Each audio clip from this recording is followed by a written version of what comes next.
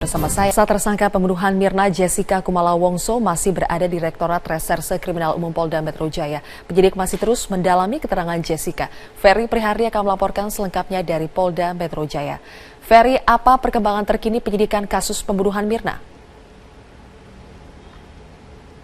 Zilvia, hingga saat ini pukul 11:02, artinya sudah hampir 2 jam sejak Jessica Kumala Wongso tiba di Direskrimum Polda Metro Jaya setelah ditangkap pada pagi tadi sekitar pukul 7.45 di salah satu hotel di kawasan Mangga 2, Jakarta Utara. Hingga saat ini kami masih terus menantikan materi apa yang menjadi pemeriksaan terhadap Jessica Kumala Wongso oleh tim penyidik, karena tadi saat memasuki Direskrimum tidak ada satu patah kata pun yang disampaikan oleh Jessica Kumala Wongso. Dan kali ini kami pun masih terus menantikan apa saja yang menjadi materi pendalaman ataupun pemeriksaan terhadap Jessica Kumala Wongso. Sementara itu, sampai saat ini kami masih menantikan kedatangan dari pejabat Polda Metro Jaya, baik Kapolda, Kabid Humas ataupun Direskrimum Polda Metro Jaya yang akan memberikan keterangan dari Polda Metro Jaya ini mengenai apa saja materi yang akan diperdalam kepada Jessica Kumala Wongso, mengingat kita sudah mengetahui bersama bahwa Jessica sendiri sudah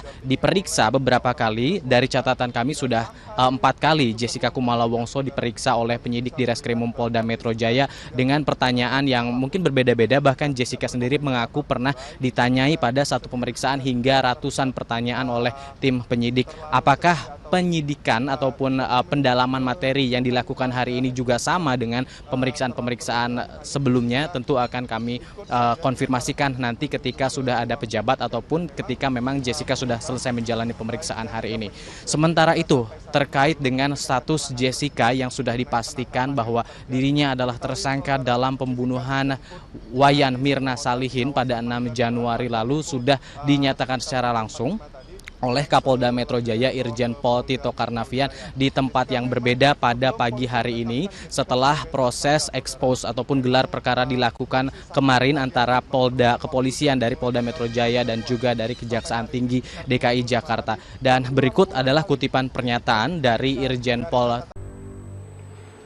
Pemirsa, penyidik Polda Metro Jaya sore ini menyelesaikan konsultasi dengan Kejaksaan Tinggi Jakarta terkait misteri kasus kematian Wayan Mirna Salihin. Sebelumnya Kejaksaan Tinggi meminta polisi untuk melengkapi berkas perkara sebelum masuk P21.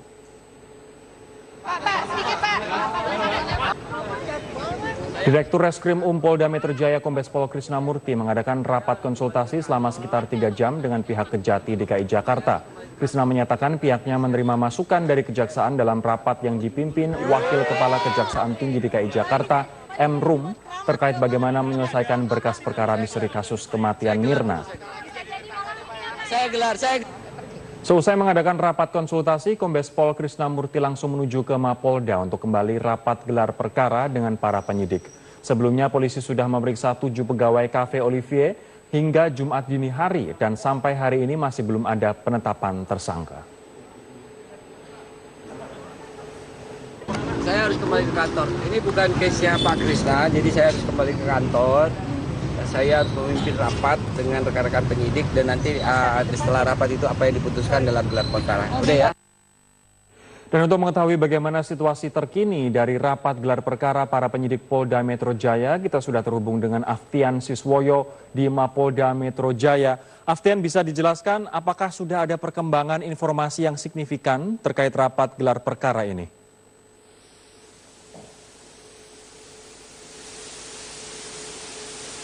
Aftian?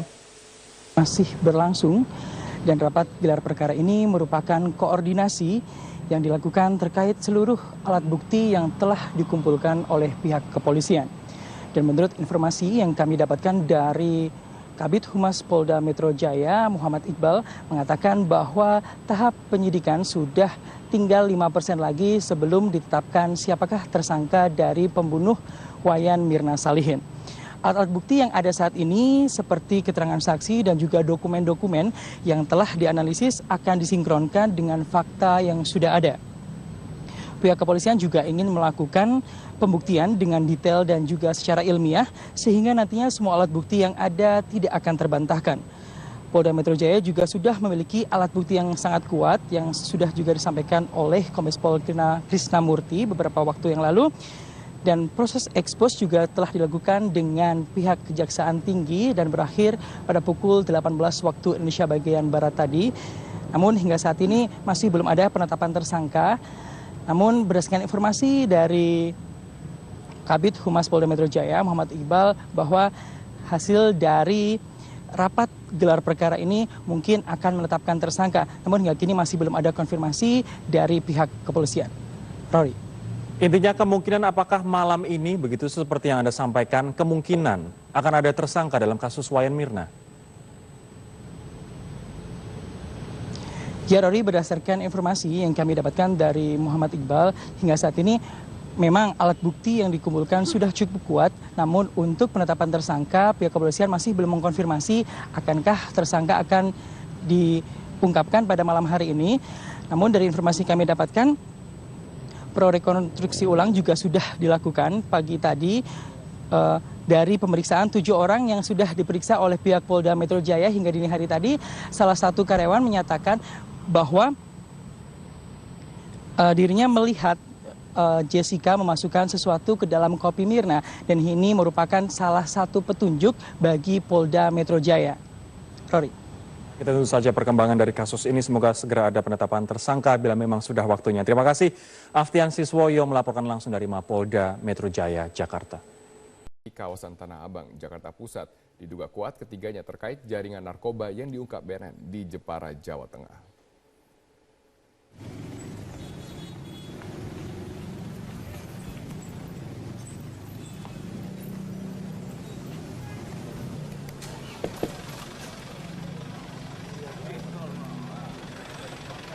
Pengembangan kasus temuan ratusan sabu di Jepara, Jawa Tengah Kamis kemarin dilanjutkan petugas gabungan Badan Narkotika Nasional dan Mabes Polri dan juga pihak imigrasi.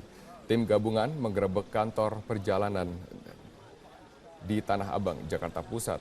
Dalam penggerebekan ini, petugas menangkap 3 pria warga negara asing asal Pakistan yang diduga kuat terkait dengan bandar narkoba di Jepara, Jawa Tengah. Selain itu, polisi juga menyita barang bukti berupa dokumen dan buku tabungan yang diduga digunakan sebagai sarana pencucian uang hasil penjualan narkoba.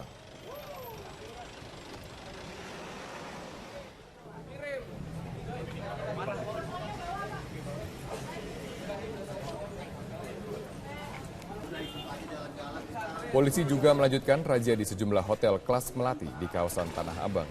Dari razia ini, polisi menangkap sejumlah warga negara asing yang menyimpan obat-obatan terlarang.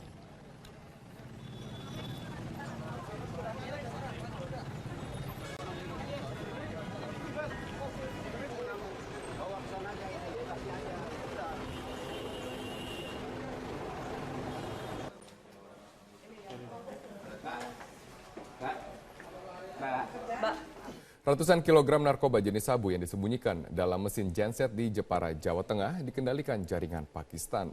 Jaringan ini sudah lama beroperasi di Indonesia. Jalur laut dipilih menjadi akses masuk barang haram tersebut ke wilayah Indonesia. Penyelundupan ratusan kilogram narkoba jenis sabu yang diungkap BNN, Bea Cukai dan Kepolisian menggambarkan Indonesia masih menjadi target dan pasar narkoba jaringan internasional. Kepala Badan Narkotika Nasional Komjen Pol Budi Waseso mengatakan sindikat narkoba Pakistan ini sudah diintai sejak 6 bulan lalu. Meski dikendalikan sindikat Pakistan, narkoba jenis sabu ini didatangkan langsung dari Tiongkok. Jaringan Pakistan ini diduga sudah beroperasi sejak tahun 2013 dan mengedarkan barang haram tersebut ke wilayah Jakarta, Semarang hingga Jawa Timur. Ini adalah masalah jaringan Pakistan yang kita kembangkan ya.